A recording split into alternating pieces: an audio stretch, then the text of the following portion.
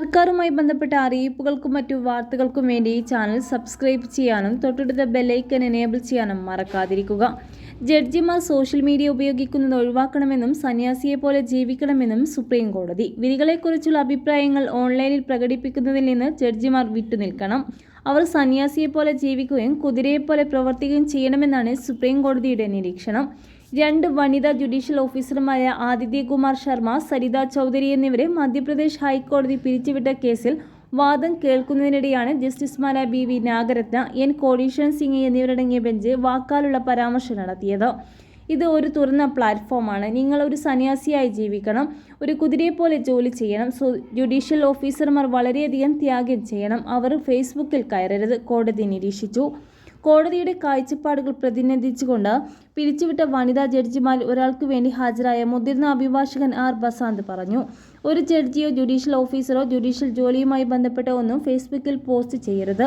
Amicus ക്യൂറിയോ കോടതിയുടെ ഉപദേശകനോ ആയ മുതിർന്ന അഭിഭാഷകനായ ഗൗരവ് അഗർവാളിന്റെ ഹർജിയെ തുടർന്നാണ് പിരിച്ചുവിട്ട ജഡ്ജിമാർക്കെതിരെ പരാതി ഉയർന്നത്.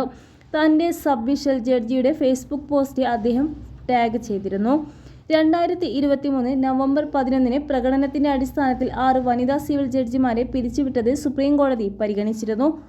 ഓഗസ്റ്റ് 1 മധ്യപ്രദേശ് ഹൈക്കോടതിയുടെ ഫുൾ കോടതി അവരിൽ 4 പേരെ തിരിച്ചെടുക്കാൻ തീരുമാനിച്ചു. ജ്യോതി വാർക്കഡെ, സുശ്രീ സോനാക്ഷി ജോഷി, സുശ്രീപ്രിയ ശർമ്മ, രചന അതുൽക്കർ ജോഷി എന്നീ 4 പേരെയാണ് ചില നിബന്ധനകളോടെ തിരിച്ചെടുത്തത്. അതേസമയം സുപ്രീം കോടതിയുടെ പരിഗണനയിലുള്ള കേസിൽ മറ്റ് 2 ജഡ്ജിമാരെ ഒഴിവാക്കി. 2019-20 മുതൽ ആദിത്യ ശർമ്മയുടെ പ്രകടനം വളരെ നല്ലതും മികച്ചതുമായ റേറ്റിംഗിൽ നിന്നും ശരാശരിയും മോശവുമായി കുറഞ്ഞുവന്നത് ഹൈക്കോടതിയുടെ റിപ്പോർട്ട് ഫ്ലാഗ് ചെയ്തു.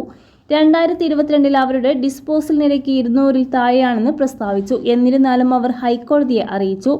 2021 ഗർഭമലസൽ സംഭവിച്ചു. അതിനുശേഷം അവളുടെ സഹോദരന് ക്യാൻസർ ഉണ്ടെന്ന് കണ്ടെത്തി. കോവിഡ് കാരണം ജഡ്ജിമാരുടെ ജോലിയുടെ അളവ് വിലയിരുത്താൻ കഴിഞ്ഞില്ല. എന്നിരുന്നാലും അവരെ അവസാനിപ്പിച്ചെങ്കിൽ പിരിച്ചുവിടലിനെതിരെ കോടതിയെ സമീപിക്കാത്ത ഹൈക്കോടതി രജിസ്ട്രാർക്കും ജുഡീഷ്യൽ ഓഫീസർമാർക്കും നോട്ടീസ് അയച്ചു.